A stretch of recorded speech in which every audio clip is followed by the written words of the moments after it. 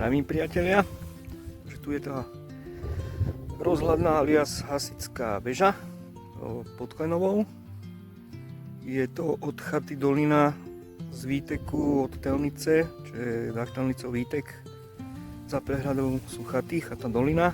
Odtiaľ je to asi 2,5 hodiny sem. Cesta sem není nejak extra značená turisticky.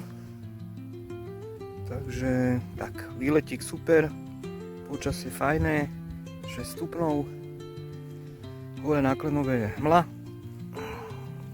tu je tam hore, na opačnej strane.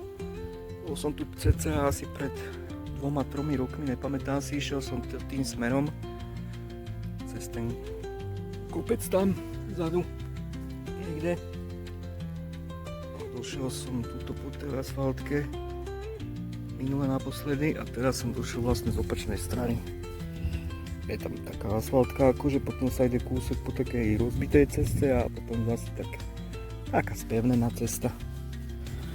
Takže výletík fajný, ešte sa dostať teda naspäť k autu, 2,5 hodinky, takže super, parádička.